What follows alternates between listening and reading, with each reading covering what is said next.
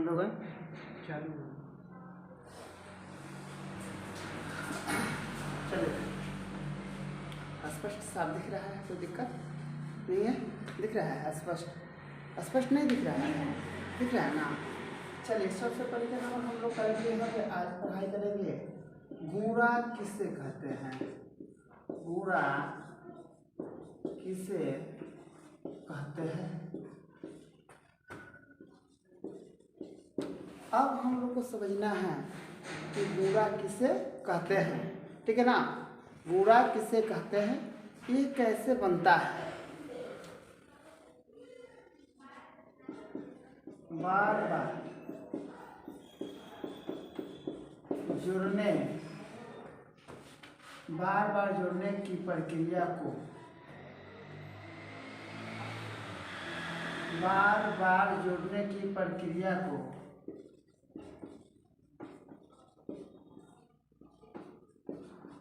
गुणा कहते हैं।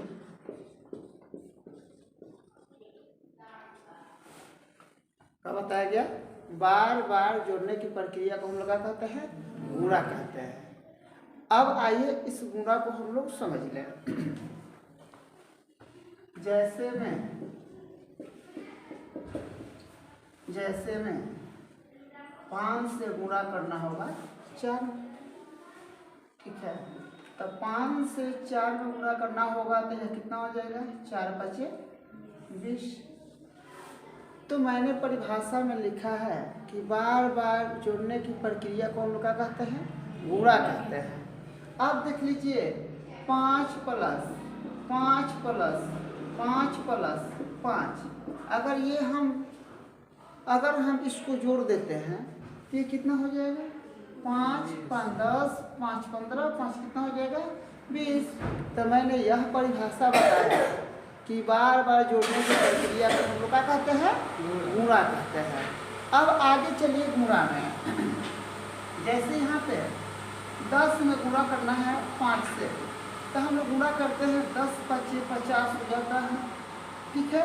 अगर हम लोग 10 को 5 बार जोड़ दें तभी हम लोग कितना हो जाएगा? 50 हो जाएगा। 10 10 20 10 30 10 40 और 10 कितना हो जाएगा? 50 हो जाएगा, ठीक है ना? ये कितना हो जाएगा? 50 हो जाएगा। अब आपको देखना है कि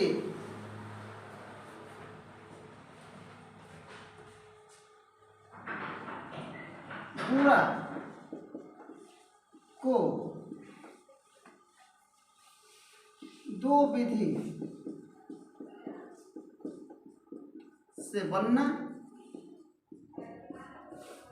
गुणा को 2 विधि से बनना। देख लीजिए, गुणा को 2 विधि से बनना, या गुणा को हम लोग कितना विधि से बनाते हैं? 2 विधि से बनाते हैं। गुणा को कितना विधि से बनाते हैं? 2 विधि से। एक होता है क्षैतिज विधि,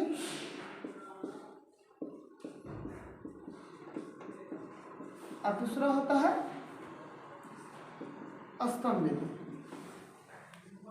दूसरा कौन सा विधि होता है? स्तंभ विधि।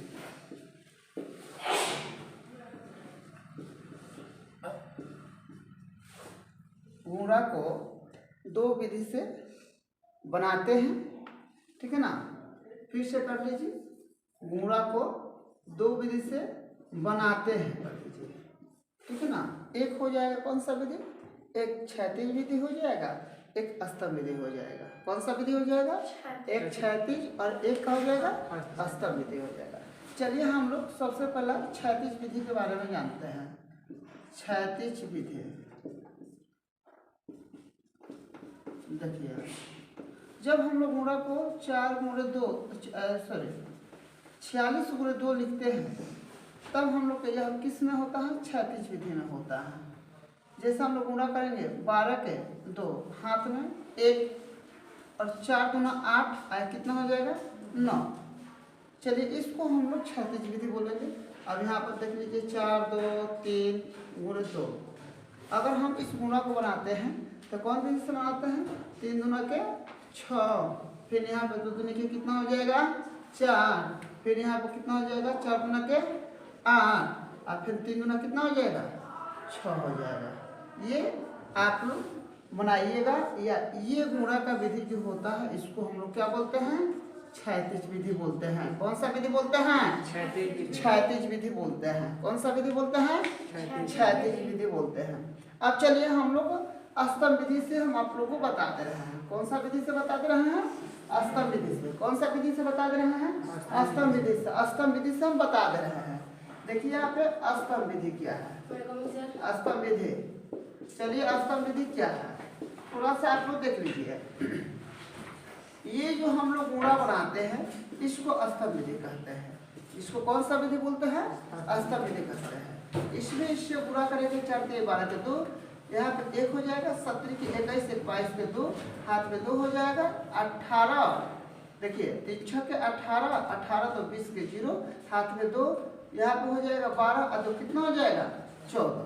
फिर से देख लीजिए एक बार, 3 चौक के 12, हाथ में 3 चौक के 12, 2 हाथ में 1, यहाँ पे 17 के 21, 1 हाथ में 22, हाथ में 2, 3 6 के 18, 2 20 के 0, हाथ में 2, और यहाँ पे 4 × 12, 12 कितना हो जाएगा 14। अब गुणा में ये जो होता है इसको हम लोग गुण्य कहते हैं, ठीक है ना।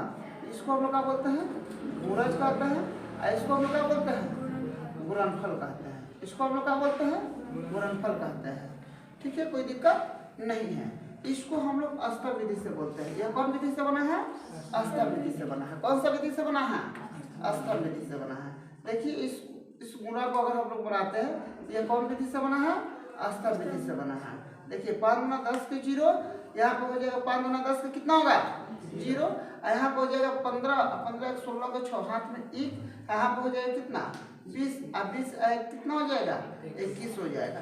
तो इसको हम लोग क्या बोलते हैं, फिर से एक बार रिपीट कर देते हैं। इसको हम लोग गुण्य बोलते हैं, इसको हम लोग क्या बोलते हैं, गुणज बोलते हैं, और इसको हम लोग क्या बोलते हैं, गुणनफल बोलते हैं। इसको हम लोग क्या बोलते हैं, गुणनफल बोलते हैं, ठीक है ना। गुण्य गुणज क्या होता है, गुणनफल होता है। चलिए गुणा का जो यह फॉर्मूला होता है यह बची हुई जगह में हम आप लोग को बता देते हैं। गुणा के यहाँ पे हम लोग तीनों फॉर्मूला आराम से बना सकते हैं। एक देख लीजिए, गुण्य बराबर होता है, गुण्य बराबर गुणनफल बराबर होता है गुण्य गुण्य गुणज होता है। देखिए हम बता दे रहे हैं, यह हम लोग ऐसे भी लिख सकते हैं, गुण्य गुण्य गुणज बराबर होता है गुणनफल। क्या होता है, गुणनफल। यहाँ पे होता है, देख लीजिएगा, फिर से समझ लीजिएगा कि गुण्य गुण्य गुण्य गुणज बराबर का होता है गुणनफल। अगर हमको गुण्य निकलना हो तो हम लोग ऐसे फॉर्मूला का इस्तेमाल कर सकते हैं। गुण्य बराबर होता है यहाँ पे गुणनफल बाटा का होता है गुणज होता है। क्या होता है, गुणज होता है। अन्यथा अगर हमको क्या निकालना होगा, गुणज निकलना होगा। क्या निकलना होगा, गुणज। तो यहाँ पर हम लिख सकते हैं गुणनफल बटा क्या हो जाएगा, गुण्य हो जाएगा। ये हम लोग का क्या होता है, 3 गो सूत्र होता है, जिससे हम लोग चाहे तो क्या गुणनफल निकाल सकते हैं, चाहे तो गुण्य निकाल सकते हैं, चाहे तो क्या निकाल सकते हैं, गुणज निकाल सकते हैं।